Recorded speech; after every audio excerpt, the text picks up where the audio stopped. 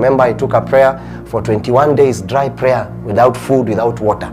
Started praying. I was determined. It was raining. To a point one day my wife called my mother, told my mother that please talk to your boy.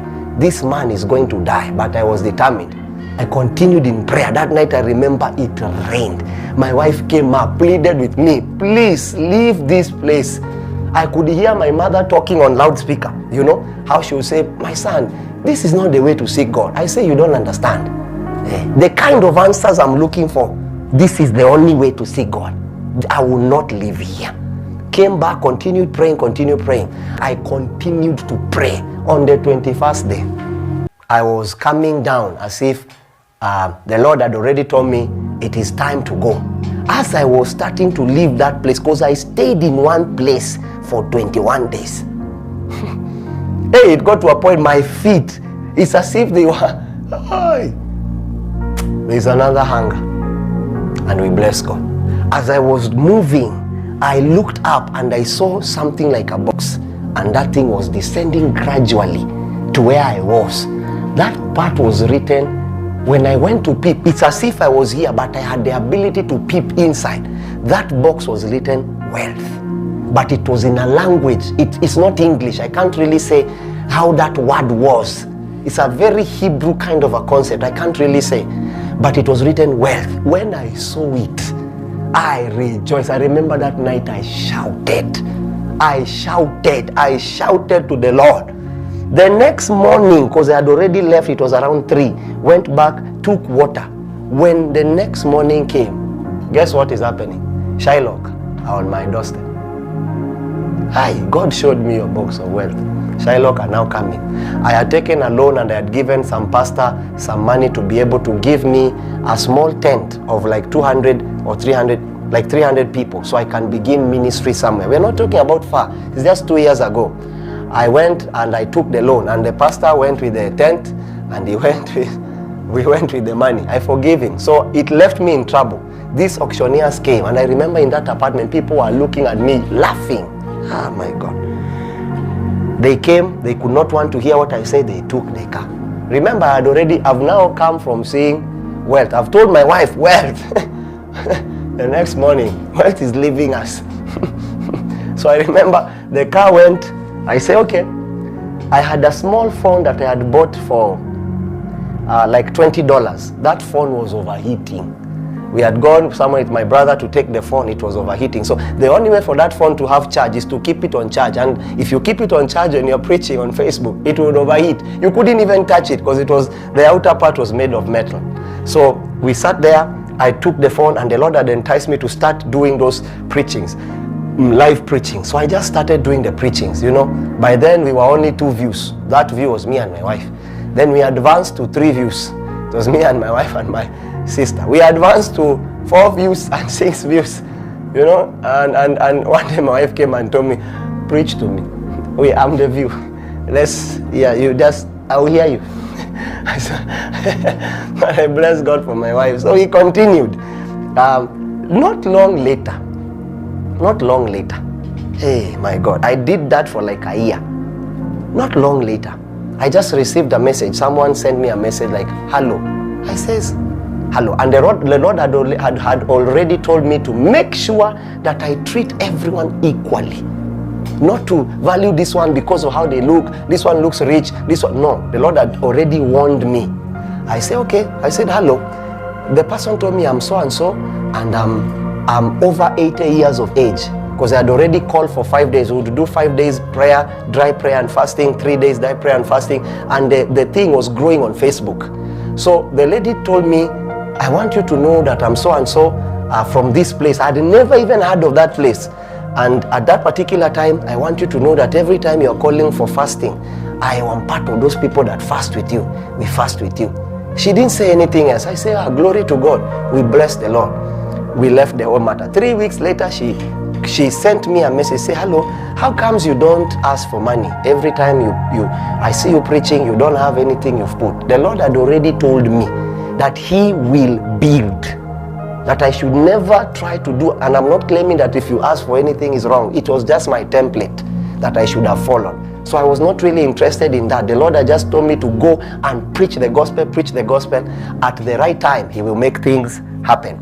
So the lady asked me for how to send whatever she was sending. I refused. She got to my wife. My wife later on gave the whole thing. She sent some little money. I remember it was around $6,000. And I was so happy. At that time she sent, I looked at my wife. I told my wife, no, this is not it. This is not the box I saw. Because that box I saw, I even knew how much it was going to be. I said, okay, God bless you. I took the little I had, went and removed my car. At least now we had a car by then to be using around. It was a small red VW. Then the rest I had already built in my house. We had moved to a place where the sitting room area, I had made it a church. You know, and now I had given my wife the 2 bedrooms there, and they would do their things there. So the sitting room area was now the place I had done what I had done, you know. So put all the money there, the little that was remaining, we put it there, paid a little bit for my children at that particular moment. Long story short, as I continued to do the thing I was doing, another person said, hello.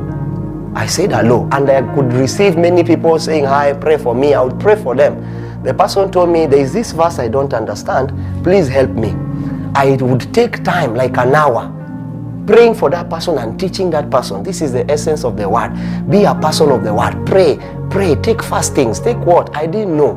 So the lady later on told me, I am so and so, and I'm calling because there's something I need you to help me with. I say, okay, what can I help you with? She had asked, and she told me, before that, please give me an account number that if at any one point I want to deposit $1 or $2, that was the statement, $1 or $2, I can always come. I say, okay, this God did not tell me. So got again that, and she managed to get. 2-3 weeks later from there, I receive a phone call. I say, hello, how are you? You're fine. I'm so and so. I'm calling you as the manager of the bank that you bank with. I say, okay, are you okay? I thought it was this thing where people are called to be conned. This one, in our country, we have a lot of them, where you have won, even things you have not participated in, you win. You know, Tazama, whatever, money, what. So the person told me, we need to see you. I says, okay, let me come. We went. When we got there, they started interrogating me. I didn't understand the interrogation. Started telling me, who are you? I said, this is who I am. Who knows you? They told me to open my Facebook and all those things I would open. And then the person told me, are you sponsoring anything that is illegal? Are you doing any illegal business? I says, what do you mean I'm doing illegal business? I'm a pastor. You can check my social media. I'm a pastor. Is there any problem? He said, you are not aware of anything. I say, no, I'm not aware. The person say, okay. The way you'd go to the teller, and they normally turn the computer if they want you to see something. The person turned the computer. Hey. You know, I had to go and wash my face and came back. I say, is this my account? I can see the name is me, John C. W. But the problem is the balance on that account. I even asked the person, did you confuse and put, please, I don't want problem. That is when they mentioned to me the name of the same person who told me if I want to put $1 or $2. When I went to check, it was exactly what was on the box that I saw. Exactly. It is those things that you sleep this way, you wake up that way. They froze my account for 3 weeks. Every time calling me, my phone was tapped by intelligence. They wanted to know who I'm calling. So one day I went to them. I said, please, even if you stop my account, give me the little, just the little that I had. It was like $1,000. Let me just remove that. My children, I need to pay. They said, no, we are freezing. They froze the whole account, sir. They asked me to find out who those people are. I gave them the number. They called those people. Those people told them that we are so and so, we come from this family, we had sold this and this and this, and we wanted to do this for this man of God. They said, do you know him? How can you do that to that person? How can you send it to... They now wanted to sabotage the whole matter, to look as if... I remember someone had sent the person a message that Africans are liars. Hey! I say, okay. I called the person today. I told the person, look, that finance is not mine. I had a dream I saw, a vision I had in the aeroplane.